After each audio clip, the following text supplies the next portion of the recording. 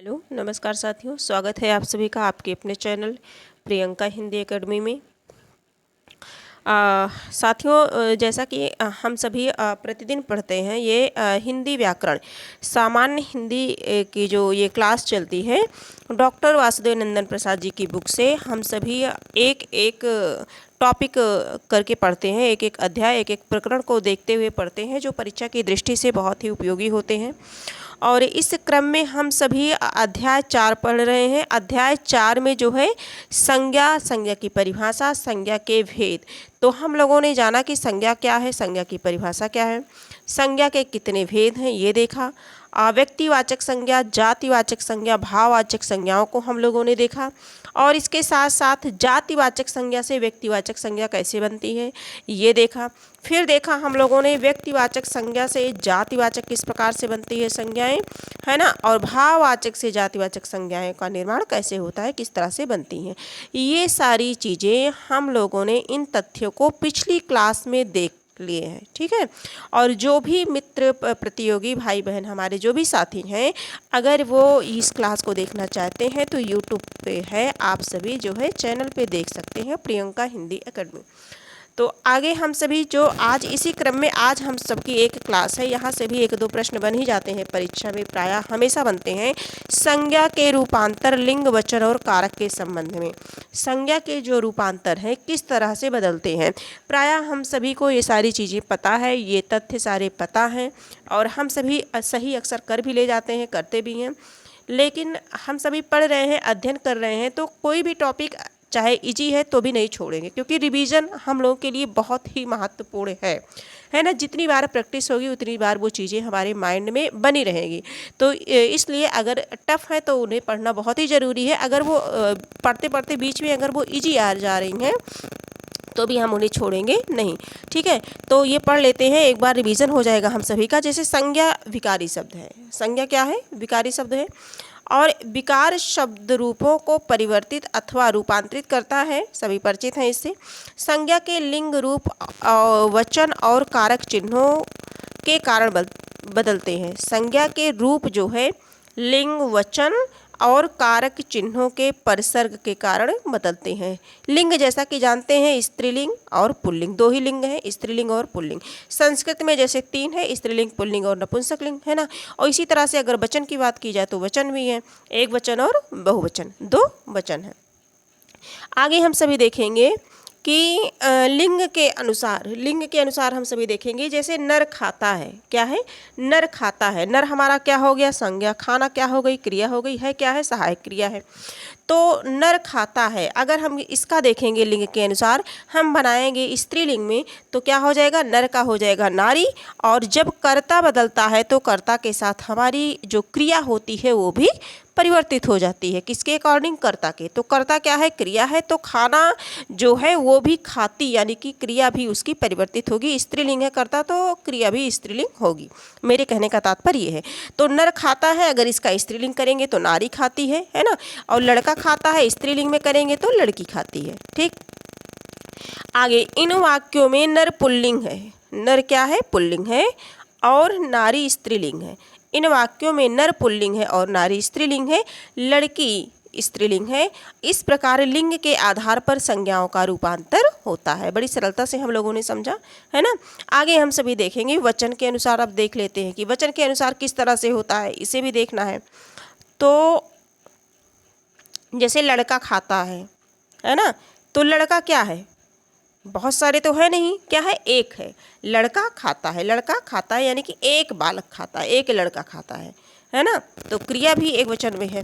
लेकिन लड़के खाते हैं, लड़के यानी कि बहुत सारे लड़के हैं, बच्चे बहुत सारे हैं, है ना। लड़के खाते हैं तो कर्ता के अनुसार, मैंने जैसे बताया कि कर्ता के अनुसार हमारी क्रिया बदल जाती है ना। और जो ये है सहायक क्रिया है। तो लड़के खाते हैं, इस तरह से बहुवचन हो जाएगा। लड़की खाती है, एक वचन हो गया, यानी कि एक लड़की खाती है। लड़की खाती है कि मतलब एक है। और लड़कियां यानी कि बहुत सारी लड़कियां, बहुवचन में आ जाएगा तो खाती हैं। इस तरह से हमारा सेंटेंस बनेगा। एक लड़का जा रहा है, 3 लड़के जा रहे हैं, इस तरह से हमारा वाक्य बनेगा। शायद आप जो है समझ पा रहे होंगे। इन वाक्यों में लड़का शब्द एक के लिए आया है और लड़के एक से अधिक के लिए आया है, जैसा कि आपको बताया गया। लड़के एक के लिए और लड़कियां जो है एक से अधिक लड़कियों के लिए व्यवहृत किया जाता है। यहाँ संज्ञा के रूपांतर का आधार क्या है? वचन है। इसके पहले हम लोगों ने संज्ञा का रूपांतर किससे देखा? तो लिंग से देखा, है ना। लिंग कितने हैं? स्त्रीलिंग और पुल्लिंग। अब हम इसके बाद हम लोगों ने वचन के अनुसार देखा, है ना, एक वचन और बहुवचन। आगे देखते हैं हम सभी कारक के अनुसार, है ना। ये तीनों हम लोगों ने देखा था, कारक के अनुसार देखेंगे। कारक चिन्हों के अनुसार लड़का खाना खाता है। लड़का क्या करता है? खाना खाता है। तो लड़के ने खाना खाया, कर्ता ने लड़के ने क्या किया? खाना खाया। आगे देखेंगे लड़की खाना खाती है। लड़की खाना खाती है। अगर हम इसका जो है इसमें अगर हम चिन्ह लगा दें तो क्या हो जाएगा? लड़कियों ने खाना खाया। लड़कियों ने क्या किया? खाना खाया। तो इस तरह से हमारा वाक्य है। इन वाक्यों में लड़का खाता है ना, में लड़का क्या है? पुल्लिंग है। और लड़का खाता है तो पुल्लिंग एक वचन हो गया, पुल्लिंग एक वचन हो गया। ठीक है, आगे देखेंगे। और लड़के ने खाना खाया में लड़के क्या है? पुल्लिंग है। लड़के पुल्लिंग एक वचन है, पर दोनों के रूप में भेद है। देखिए, ध्यान से देखिए, फिर से देखते हैं। देखिए, इन वाक्यों में लड़का खाता है। इन वाक्यों में लड़का जो है खाता है। वाक्य में लड़का पुल्लिंग एक वचन है। और लड़के ने खाना खाया में भी लड़के पुल्लिंग एक वचन। लड़के यानी कि बहुत से लड़के, है ना। दोनों में भेद है। भेद क्या है? इन रूपांतर का कारण कर्ता कारक का चिन्ह ने है। लड़के ने खाना खाया, लड़के ने, जिससे एक वचन होते हुए भी लड़के रूप हो गया है, एक वचन होते हुए भी। हाँ, ये देखिए एक लड़का यानी कि बहुत से, एक लड़का, और लड़के यानी कि बहुत से लड़के, है ना। लड़के ने खाना खाया, लड़के ने खाना खाया। तो ये जो कारक चिन्ह लग गया है, इसकी वजह से लड़के यानी कि बहुवचन होना चाहिए था, लेकिन फिर भी एक वचन के रूप में प्रयोग हुआ है।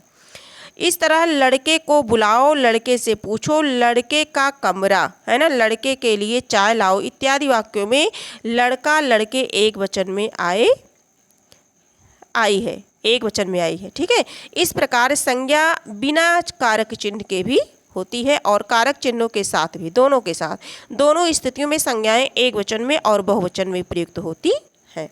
जैसे उदाहरण के लिए बिना कारक चिन्ह के हम देखते हैं तो लड़के खाना खाते हैं, ये बहुवचन में हो गया। लड़कियां खाना खाती हैं, ये बहुवचन में हो गया। ये पुल्लिंग है और ये स्त्रीलिंग है। ये क्या पढ़ रहे हैं हम सभी? बिना कारक चिन्ह के। इस तरह से जो है उदाहरण को हमने देखा।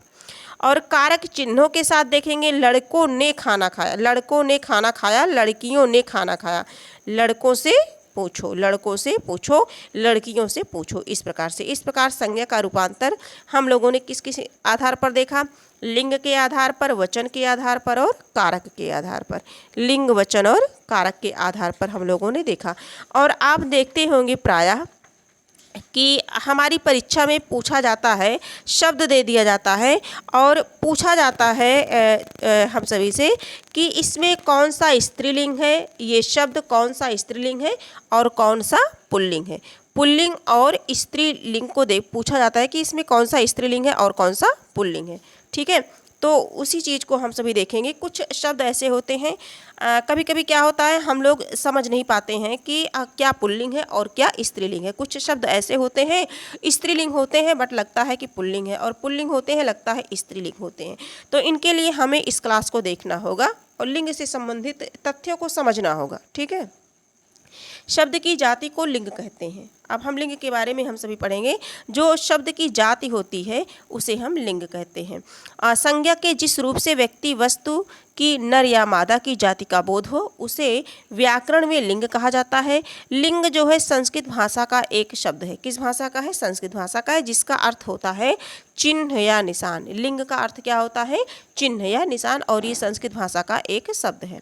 चिन्ह या निशान किसी संज्ञा का ही होता है। संज्ञा किसी वस्तु के नाम को कहते हैं। जैसा कि संज्ञा की परिभाषा आप सभी को बताई गई है, संज्ञा के बारे में विस्तृत चर्चा की गई है, आप सभी परिचित हैं। तो वस्तु या तो पुरुष जाति की होती है या स्त्री जाति की होती है ना, या तो पुरुष जाति की या स्त्री जाति की। तात्पर्य यह है कि प्रत्येक संज्ञा पुल्लिंग होगी या स्त्रीलिंग होगी। चाहे पुल्लिंग हो या चाहे स्त्रीलिंग हो। संज्ञा के भी 2 रूप होते हैं। संज्ञा के कितने रूप बताए गए हैं? 2 रूप बताए गए हैं। ठीक है। एक अप्राणिवाचक संज्ञा, अप्राणिवाची संज्ञा जिसके अंतर्गत आता है लोटा, प्याली, पेड़, पत्ता इत्यादि। ये किस संज्ञा में आएंगे? तो अप्राणिवाचक संज्ञा के अंतर्गत इनकी गणना की जाती है।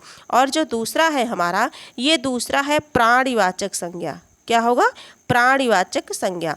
जैसे घोड़ा, घोड़ी, माता, पिता, लड़का, लड़की। अप्राणिवाचक का मतलब होता है जिसमें जो है प्राण नहीं है ना। अप्राणिवाचक संज्ञा लोटा, प्याली, पेड़, पत्ता इत्यादि, है ना। और प्राणिवाचक में घोड़ा, घोड़ी, माता, पिता, लड़का, लड़की इत्यादि आएगा। आगे हम सभी देखेंगे, लिंग के भेदों को देखेंगे।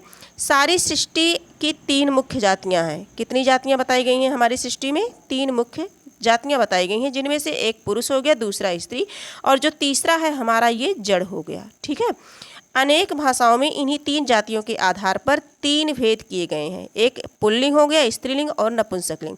प्रायः हिंदी में जानकारी के लिए बताना चाहूँगी कि हिंदी में जो है 2 लिंग होते हैं, एक पुल्लिंग होता है और एक स्त्रीलिंग, 2 ही लिंग होते हैं। लेकिन जो हमारी संस्कृत भाषा है इसमें नपुंसक लिंग का भी प्रयोग किया जाता है। अंग्रेजी व्याकरण में लिंग का निर्माण इसी व्यवस्था के अनुसार होता है। इंग्लिश में भी इसी तरह से होता है।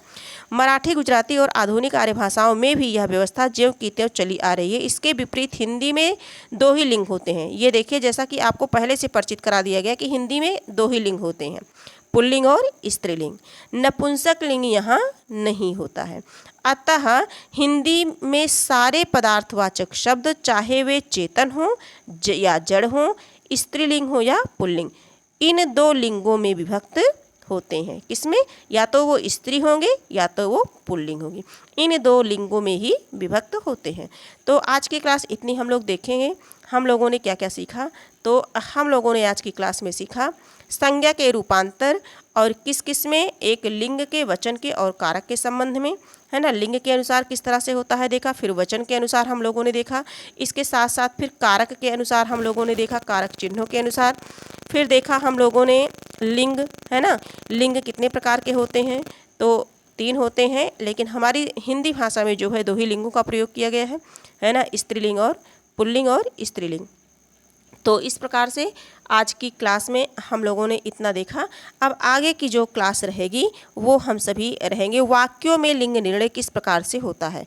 वाक्यों में लिंग निर्णय किस प्रकार से होता है ये हम अगली क्लास में चर्चा करेंगे। ठीक है। तो ये क्लास आपको कैसी लगी? अगर थोड़ी उपयोगी लगी हो, हेल्पफुल लगी हो, इससे थोड़ी सी भी आपकी सहायता अगर मिल सकती है आपको, तो आप इसे जो है लाइक, सब्सक्राइब और शेयर कर दीजिए अपने कुछ मित्रों तक, और कमेंट में अपने सुझाव अवश्य लिखें। ठीक है। और यह आपकी परीक्षा के लिए बहुत ही उपयोगी महत्वपूर्ण क्लास है, बिल्कुल निःशुल्क है। जो भी जानकारी दी जाएगी आपको बिल्कुल प्रामाणिक दी जाएगी, इसमें कोई संदेह नहीं है ना, जिससे किसी भी प्रकार की समस्या का सामना आप सभी को ना करना पड़े। और आप सभी प्रतिदिन अपनी तैयारी करते रहिए और जो है अपनी जो है एक सीट जो है अवश्य सुनिश्चित कीजिए। हमारी यह शुभकामना आप सभी के साथ है। आज की क्लास यहीं तक, फिर हम मिलेंगे, तब तक के लिए धन्यवाद।